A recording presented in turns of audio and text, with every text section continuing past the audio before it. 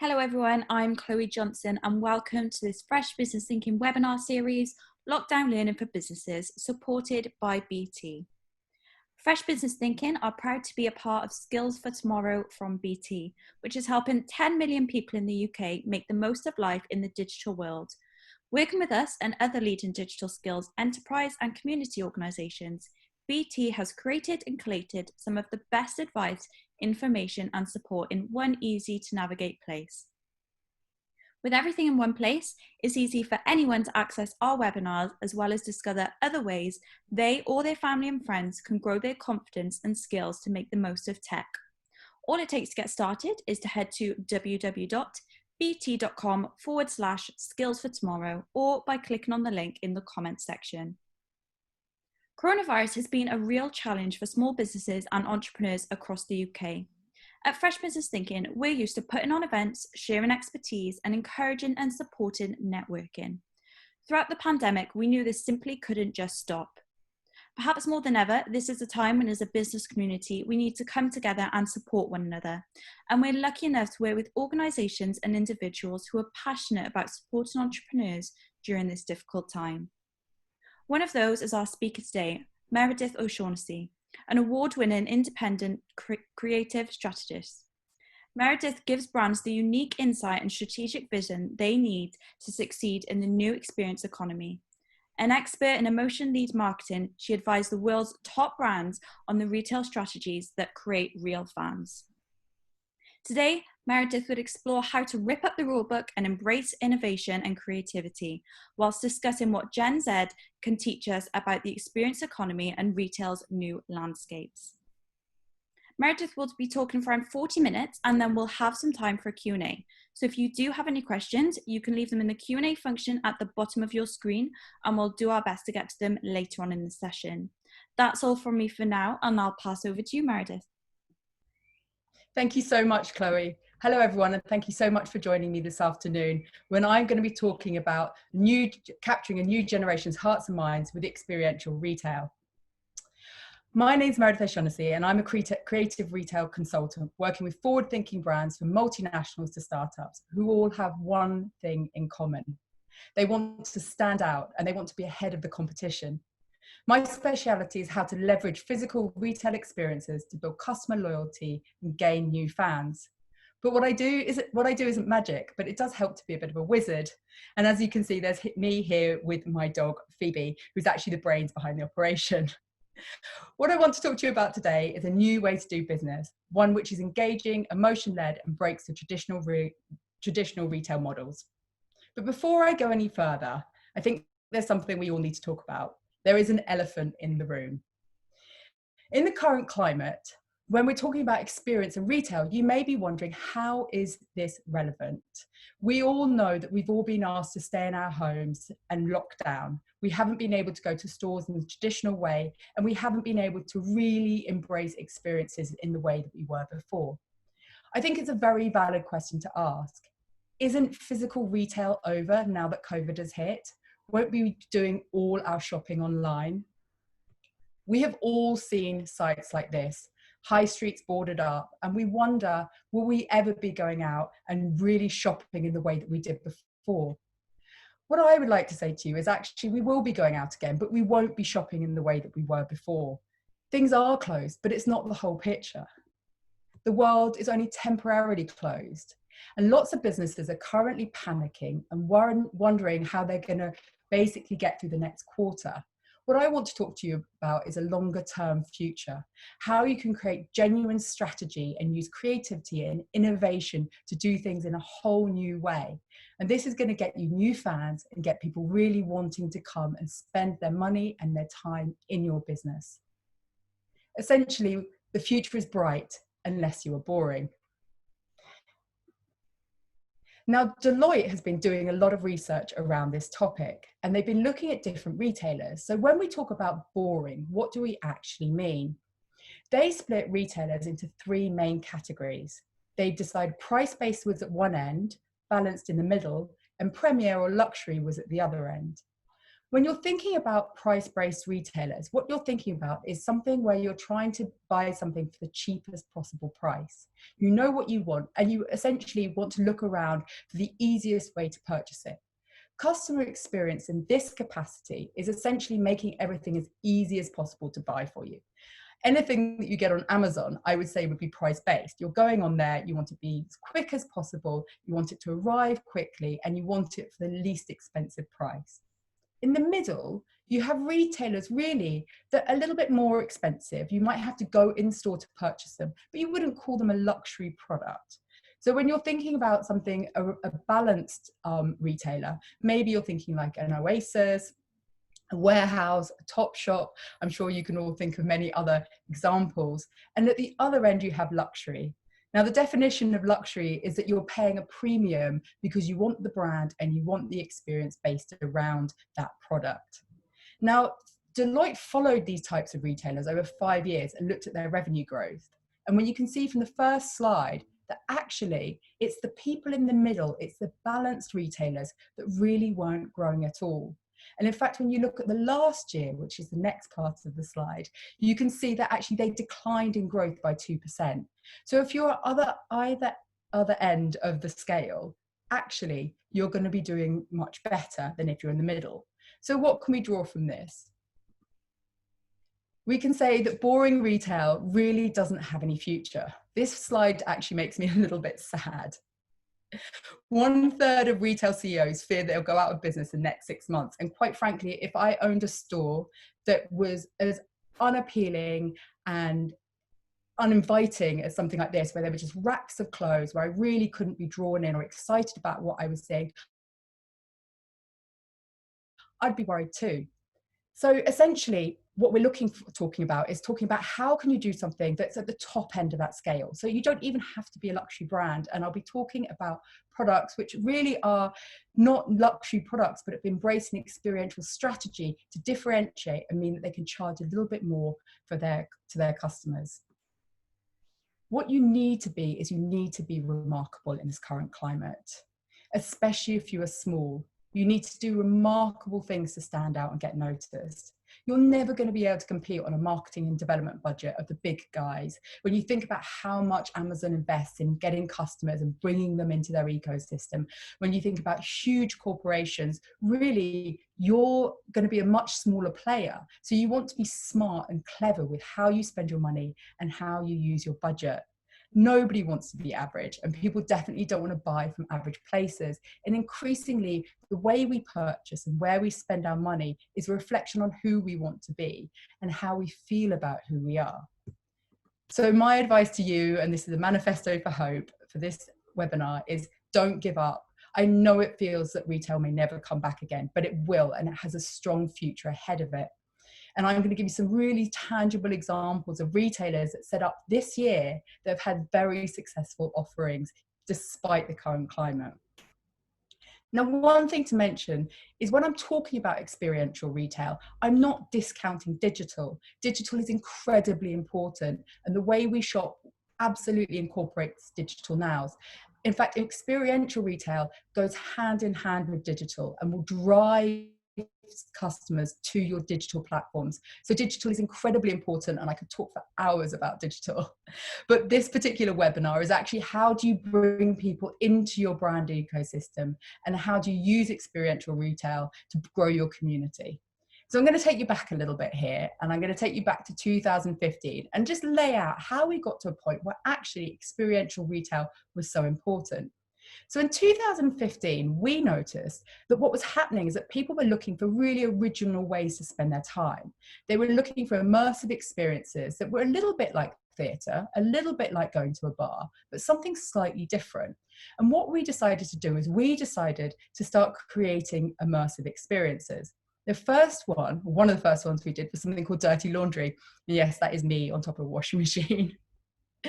Dirty Laundry was designed to be an immersive laundrette pop-up that we wanted to create. And while we were designing this thing, we realized actually people were going to seek us out. If they were going to buy tickets to this pop-up, there might be an opportunity here for brands. People are choosing to spend their time with us.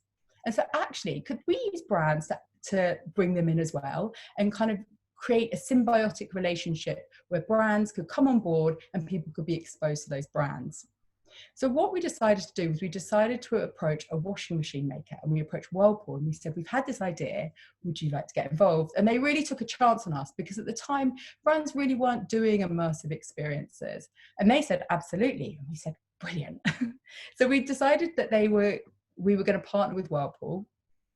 And what we did, we also brought on some other brands.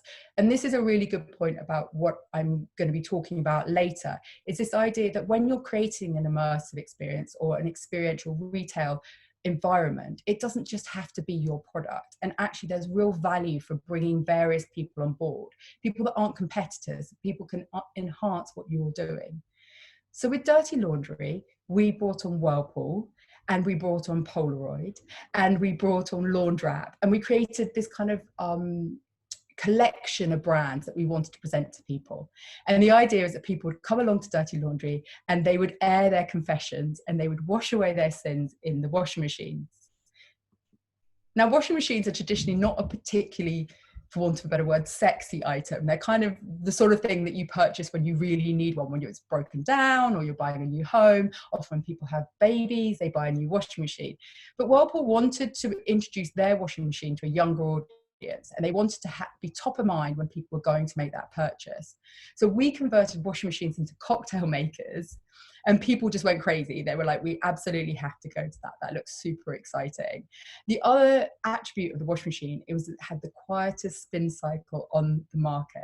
So by placing this washing machine in a party environment, we were saying to young people, if you buy this in an apartment, you can have a social life next to this washing machine and it won't disturb it.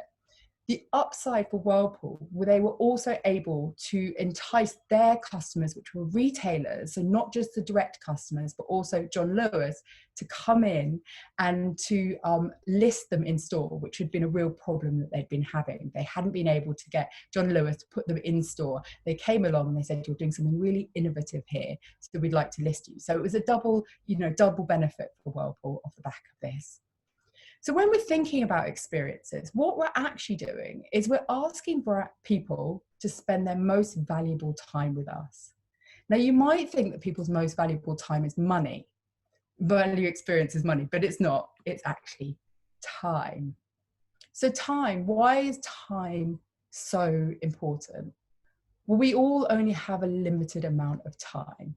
And so where we choose to spend it, how we choose to spend it, and what brands we choose to spend it around are incredibly important. With the experience economy, what we're doing is we're essentially saying, we will give you value, we will invite you in, and we will give you something that is valuable to you. Off the back of Dirty Laundry, we then went on to create the world's first avocado-only restaurant. And it was a global success. It was featured in Business Insider, it was featured in The Guardian.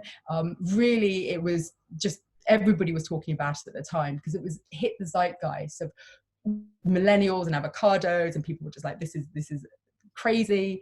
And I guarantee you, if you want to get attention, you can bury yourself in a sea of avocados and people will definitely notice. So essentially, we love this quote at Meredith Collective, and it's something that we really hold true to our heart. Being buried in a sea of sameness does not yield greatness or solve big problems. So now more than ever, what you need to do is you need to stand out. You really want to serve your customers and you really want to get their attention. So you need to be thinking in creative, innovative, bold ways to do that. While we were developing these experiences in London, there was a gentleman in America who was writing a book, and he was trying to codify this idea of an experience and what the experiences would bring to us in the future. And his name is Joe Pine. He's written an incredibly important book called The Experience Economy, which is used by business kind of people throughout the world when they refer to this idea of how experiences can bring value to us.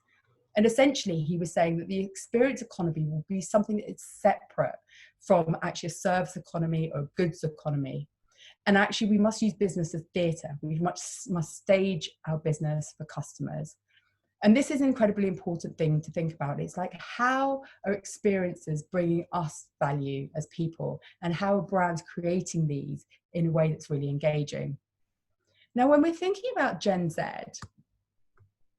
Everyone thinks that Gen Z are completely digital. So Gen Z are the generation which are now aged between 5 and 25. They're the ones that come after millennials. I'm not personally a massive fan of defining people by when they were born, but there are some really interesting trends that come out of the various generations. Now, Gen Z, everyone said would be, they're what is called digitally native, which means that we would be expecting them to only want to be on digital, only want to purchase on digital, and never really want to kind of engage with the real world, for want of a better kind of description of it. But actually what's really interesting is that Gen Z are craving experiences more than any other generation before. And in fact, Gen Z will save us. Gen Z are the ones that are going to mean that we're going to want to go out, that are going to demand more exciting experiences, that are really going to want to push for more originality and more innovation from brands. So let's think a little bit more about who Gen Z are. Well, they're 40% of the global consumers today. So that's a huge amount. They also have a huge buying power. As you can see, it's 1.6 trillion pounds globally. And the other thing about Gen Z that's really interesting is they really care about who they're buying from. They really believe that the companies they're buying from should be socially responsible. They should be worried about the environment. And experiences are a really good way of brands that are adhering to this, that are able to say, you know, we are socially responsible. And we can use this to basically demonstrate our credentials. We can tell our story through our retail stores. So it's an incredibly valuable way of communicating with somebody who is Gen Z. The other thing about Gen Z that's really interesting is they're incredibly keen on curating their own lives. They really want to be able to feature themselves in their own stories. They want to be able to take pictures. They want to be able to share their, you know, the moments of their lives. They want to be able to put themselves into digital videos. You know, TikTok, as we all know, has been hugely successful during lockdown. And that's really been driven by this generation who are so keen to create their own content. So that's worth bearing in mind, because when we think back to the Whirlpool pop-up and the Whirlpool experience, one of their dryers was, they claimed, was large enough to dry an entire duvet cover. And these two women came to the event and they heard this and they wanted to test it out. So they actually climbed inside the dryers. And I'm still not entirely sure how they got in there, but they did. And then they took this picture and they shared it all across their social channels. So that's a super exciting way of a brand going, okay, you engaged with our product in a way that we wouldn't expect. But essentially what you're then doing is you're allowing those people to share your story and they become your media channel. So rather than constantly worrying about creating content, you can use these spaces, these physical stores, to allow other people to do it for you. So we had immersive experiences, we had the experience economy being defined, but alongside that we had another phenomenon that was coming out, and that was D2C, which is direct to consumer. It means no middle people. So it means brands that are selling directly to their customer. They're able to communicate directly with their customer, and they're able to really own the brand journey. So a really good example of that is a brand called Glossier. Now, Glossier is a makeup brand that some of you may have heard of. It launched in 2014 on Instagram and it was a huge success. It's now got a website where it communicates directly with its really enthusiastic fans. In 2018, they did $100 million in annual revenue, and they now have a valuation of $1.2 billion, which is pretty impressive for what started out essentially as a product on Instagram. Now, what's really interesting about the Glossier story is they've got this huge digital following. They've got all these major fans, but what they've decided to do recently is, you probably guessed it, go into experiential stores.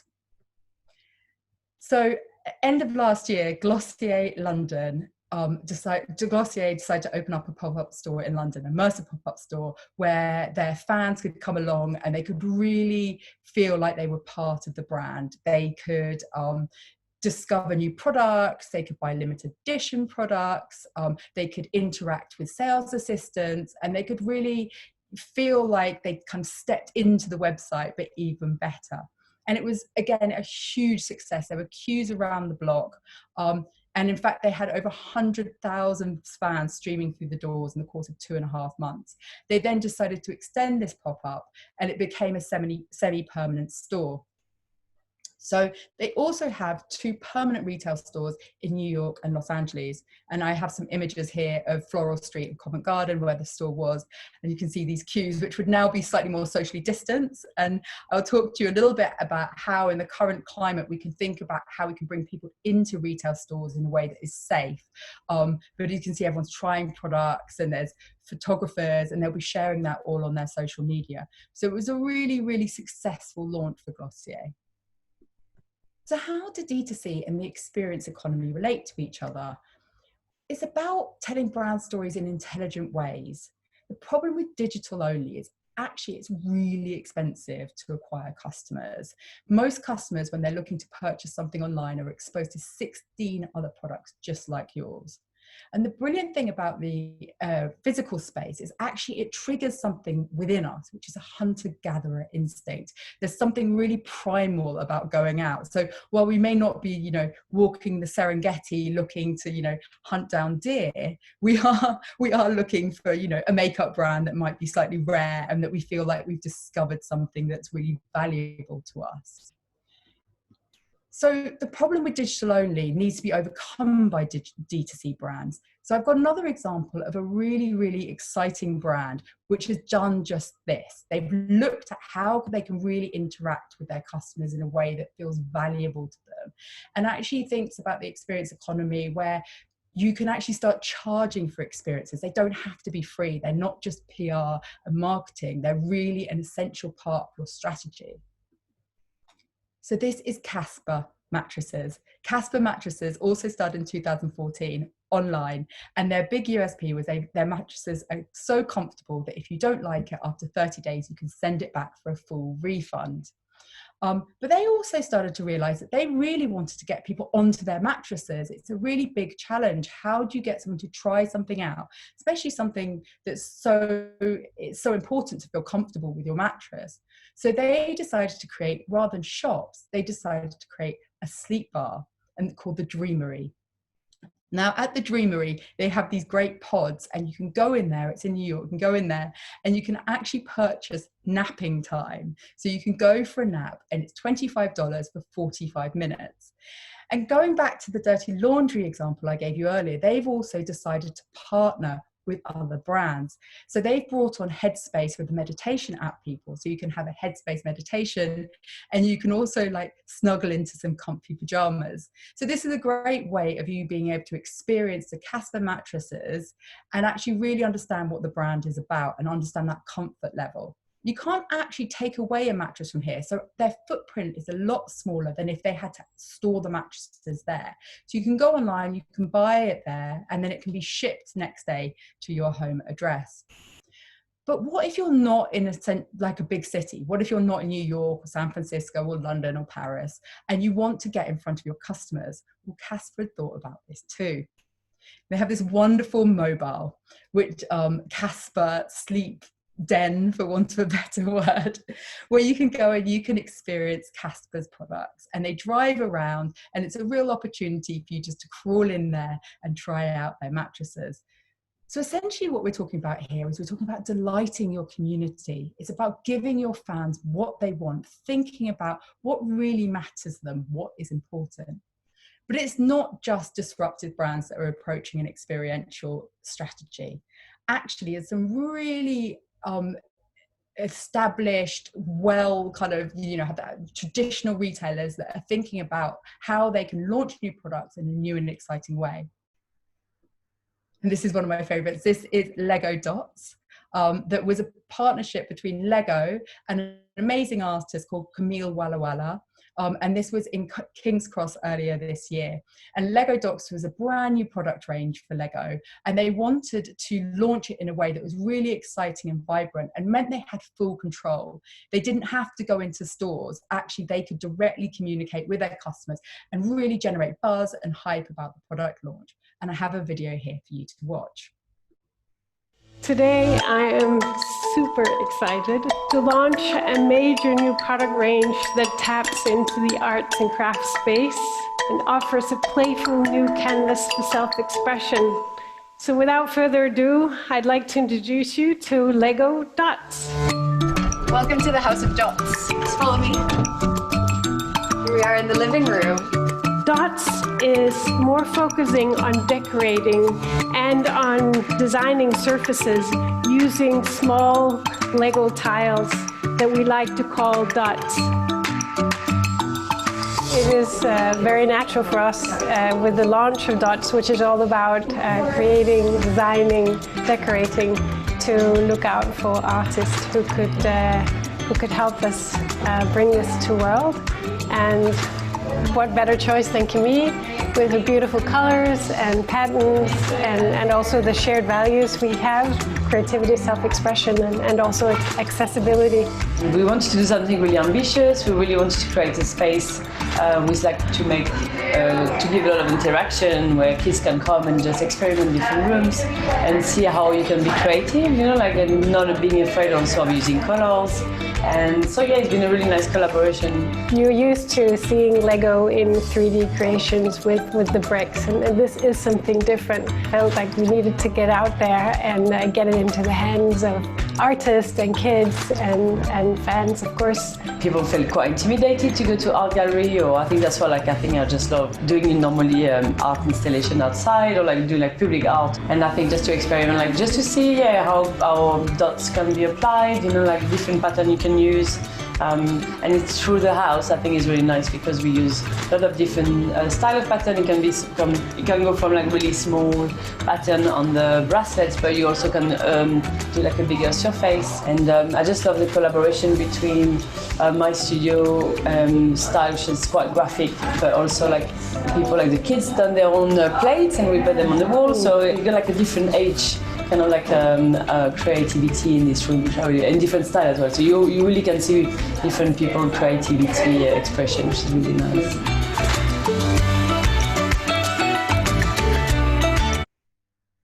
So as you can see, Lego Dots was just a huge success and wonderfully joyous. And there's me in the ball pit. So it definitely wasn't just for Gen Z, because I am certainly not Gen Z anymore. So it was really, it was super, super fun and a really, really good way of engaging with their customers. But what was also interesting about this particular pop-up is the product itself. Lego Dots were actually developed over 2 years by interacting with Lego's customers. So they ran workshops and design sessions with parents and children across the world, in the United States, in the UK, in Germany, in Denmark. And they use this information, they use this research to develop this product because they wanted to find out, how do children really want to play? What is it that they're really interested in using? And they use the experiences to design a product that they launched with an experience. So that's another thing to be thinking about with retail experiences. Actually, you can gain some really interesting customer insight that's incredibly valuable. A lot of companies usually segue out, their retail department, their, PR and marketing, and then their product development. And what I might suggest that for the future, you could start bringing those things together. And actually, they don't need to be different silos. They can actually be something that you can fully integrate and you can learn. It becomes a cycle of product development that is incredibly valuable. Another great example of this is the St. Ives mixing bar by Unilever. So St. Ives is a well-established Unilever brand. A lot of us might remember when we were kind of first kids starting to use it, the kind of apricot scrub was incredibly popular. And St. Ives wanted to think about actually taking people back to the ingredients in the products, and for people to be thinking that they're really natural products. And so they created this pop-up where people could actually create their own face scrubs, their own body lotions, and mix things together. But an unexpected thing happened. And what they found was that actually people were mixing products which had much less perfume in it than their traditional range. And off the back of this experiential pop-up and this customer insight, what they realized is that they could launch a whole new product range. And they did that. And it was the Cucumber St. Ives product range. So, Unilever could have spent a really long time and a lot of money investing in product development, but by directly getting in front of the people that they want to target, in front of their customers, they were able to really accelerate that process. Now, you might be wondering, what if I don't have a product? What if I don't have a store? What if I'm a digital only product? What if I a payment system or something which just is transactional? And how is any of this relevant to me? Well, I have some really interesting examples here of digital products that decided to leverage experiential to get in front of not only their customers, but their customers' customers. So this is Klarna. Now, Klarna is a payment system where Gen Z and millennials are mostly targeted to spread their payments out over a month. So you can split their payments for goods and services over 3 months. And this is incredibly important for younger people that tend to be paid maybe in a gig economy way, or they get paid weekly. So they need to just budget a little bit more carefully. So what Klarna realized is actually that they wanted to show their customers, who their direct customers would be people like ASOS, the Cambridge Satchel Company, so real kind of high street brands. They wanted to show them that actually it was really important to create interesting, engaging customer experiences, and that's how you're going to draw people back into your brand. So they created pop-ups in Manchester and London that had things like beauty bars in them, which was slightly more traditional offering. And then on top of that, they also had crazy golf course. And as you can see, there were queues around the block again. But Klarna didn't just stop there. And if you may remember my dog from earlier, I am a bit in love with the pups. And they created, so this made me very happy when I discovered that Klarna had made a pup up. It's not as easy to say as it is to read. So the pop-up was basically a dog beauty salon that you could bring your dog along to. It could get groomed, and then on top of that you could have photographs taken and you could share it on social, and you could learn about dog nutrition.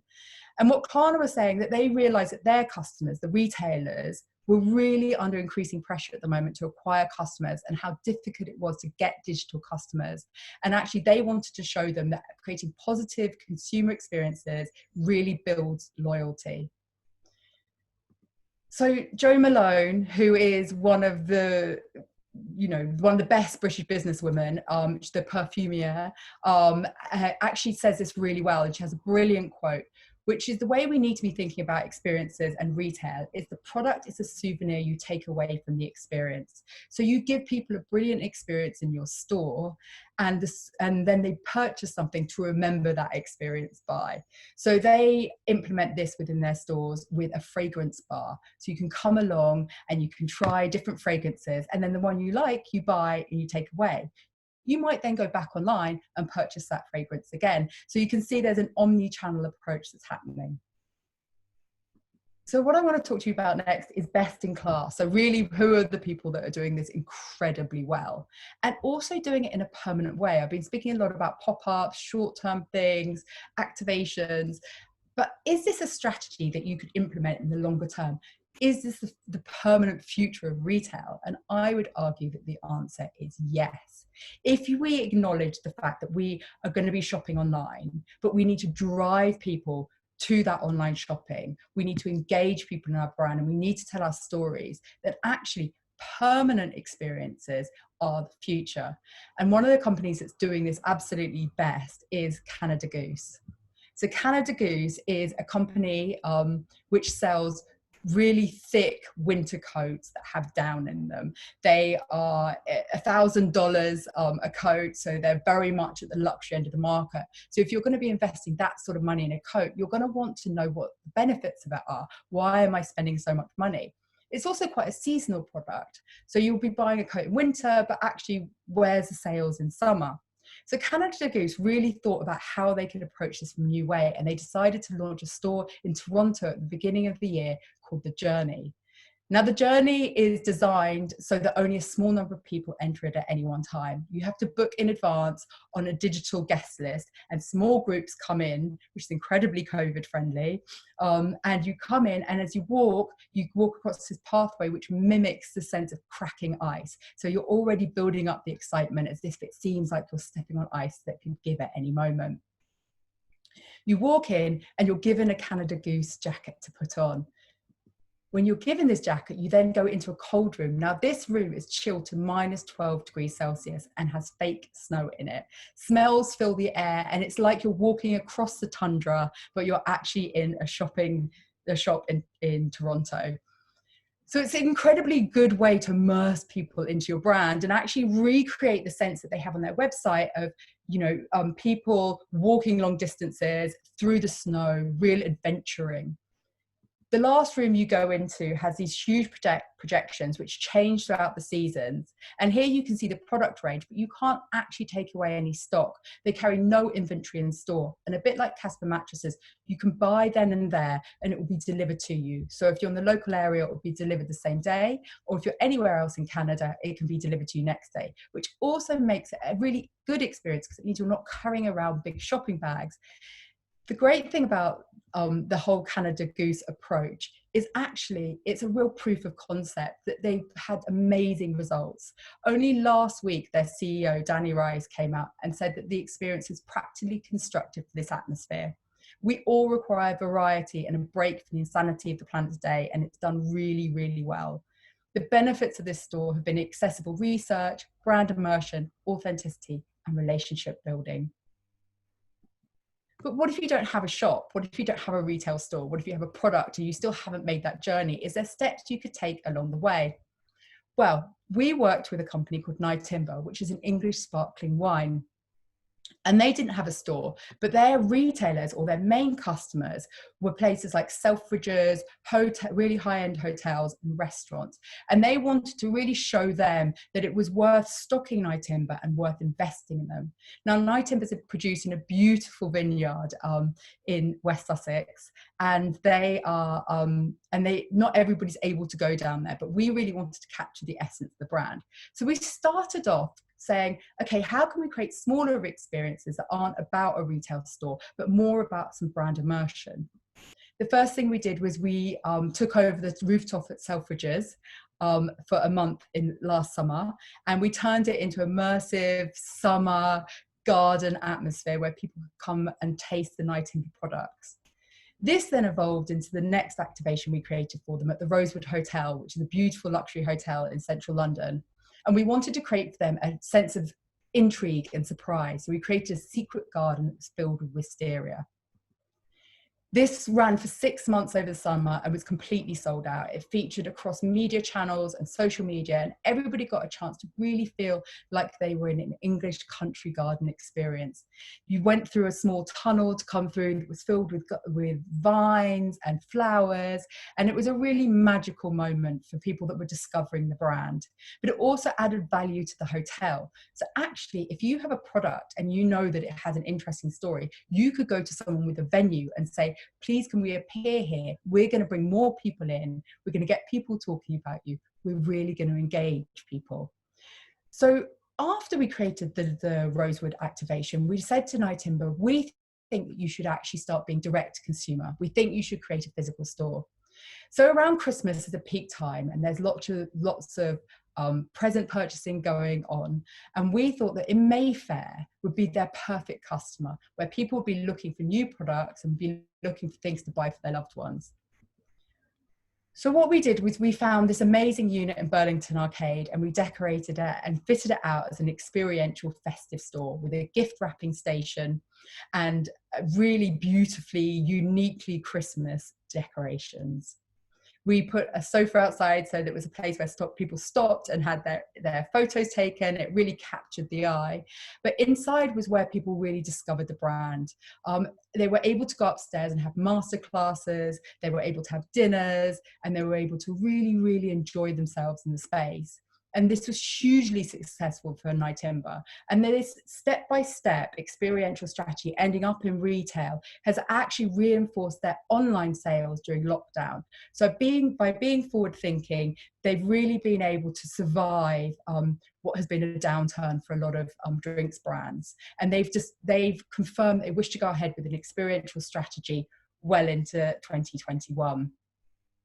Now, if you don't have a lot of money, you don't have a brand that, a large marketing budget, what can you do? Well, I have a small example for you, which I think is incredibly fun. And this is from a company called Who Gives a Crap, which is a toilet roll company, which is incredibly topical at the moment. And this was actually shown to me by somebody yesterday, and I love it when people show me things that they found which are really exciting, because it means that they want to share the joy. They're like, oh, look at this, isn't it fun? Which is the real essence of what I'm talking about. So what Who Gives a Crap did was they realized that actually a lot of their customers had young children and they were home alone. So they got an artist to design these toilet roll covers that were paper, that they could then make little characters out of their toilet roll. And the box was a theatre. It was super fun. They suggested that you could put on stellar productions with your toilet roll of Romeo and Juliet, or perhaps Midsummer Night's We. The great thing about this company, it meant that they could reinforce their social credentials. This company uses bamboo rather than paper to create their toilet paper. And so it means they're trying to combat deforestation, and they also contribute towards building toilets for 2.3 billion people in need. And they're able to communicate these stories through these joyous ways. So it really just reinforces everything that they're about, which is giving back and being fun and engaging for people, from the name right through to this toilet paper theatre.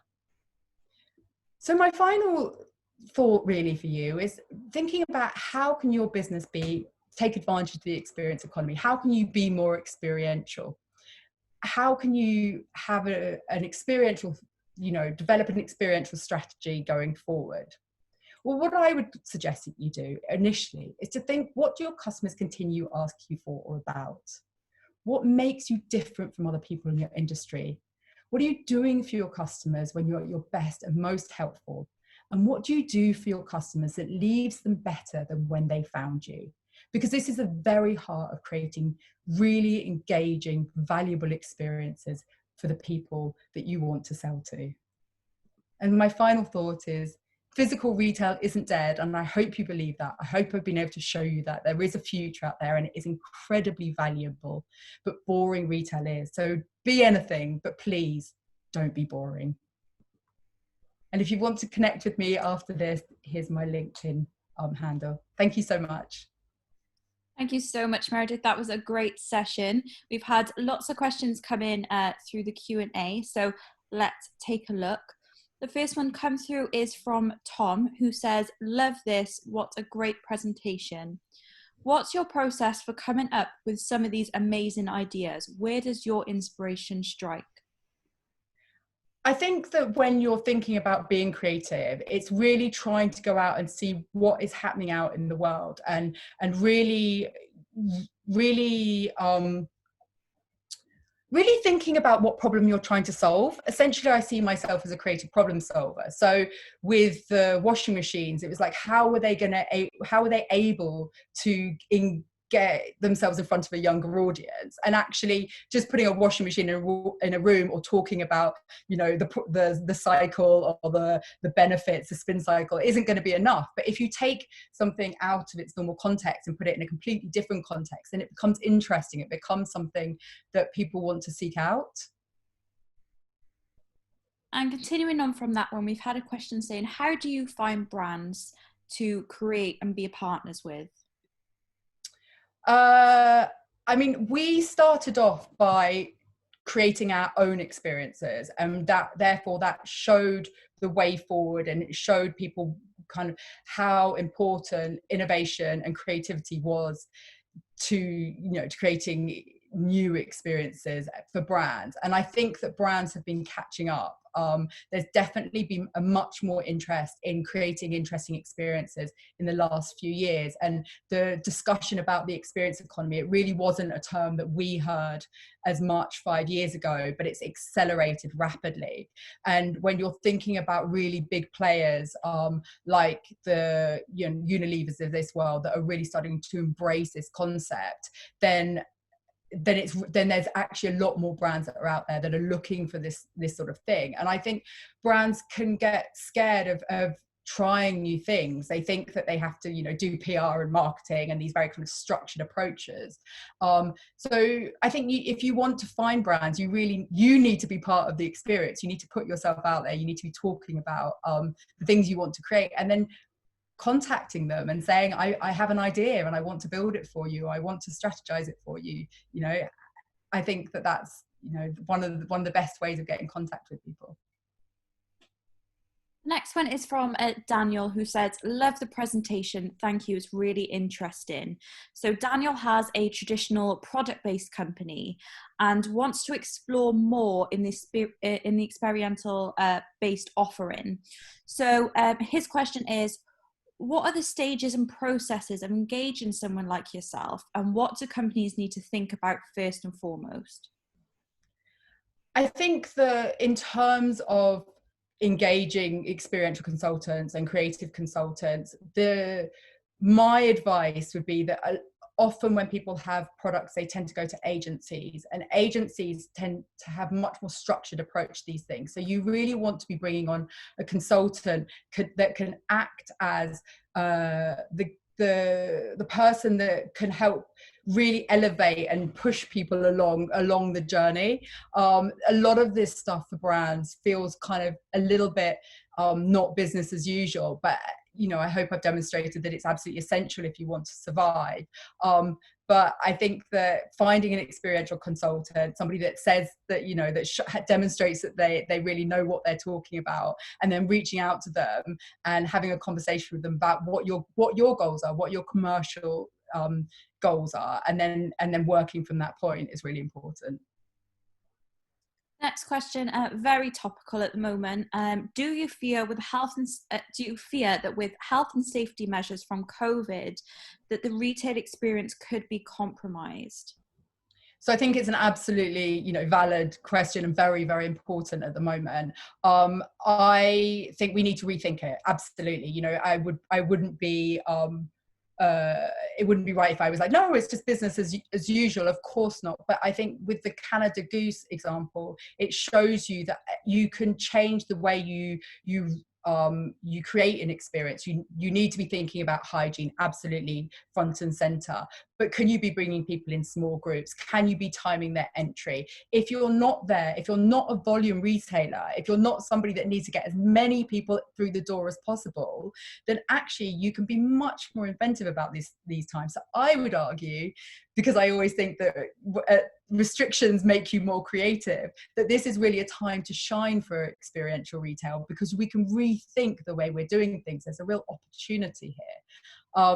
I've actually just written a blog post about it, which is on my LinkedIn, which I think you're sharing, which is all about how brands can think about reopening in a way that's slightly more creative than putting a hand sanitizer in the corner, and just how to get people use a bit of theatre to make being safe and thinking about hygiene a little bit more exciting. We've had a few questions in about being sustainable. So the first one is, how do you keep pop-ups from having too much of an impact on the environment? How do you maintain sustainability?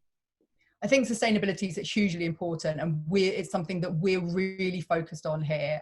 And we are really I think it's really important to be thinking about sustainability, because traditionally when you think about something like an event, then they're incredibly unsustainable. But actually with experiential, there's a real opportunity to do something which is less throwaway. With the experience economy as a kind of a wider concept, the whole real driver of it is we should actually ultimately be selling less stuff, and we should actually be selling experiences. So when you think of the Casper mattress example, how they charge for people to come and use the sleep pods, actually you could extrapolate that out even further and think, is there a way of charging for people to come to experiences so we sell less things? We're selling less things because we don't need as much stuff. That in itself is sustainable. So it's not just about the activation being sustainable, but actually the entire business model. I do definitely think we need to be thinking about the materials we're using and thinking about reusing materials and putting things back into the circular economy. The idea of just using something temporarily and throwing it away is really the antithesis of how I would like to see the future.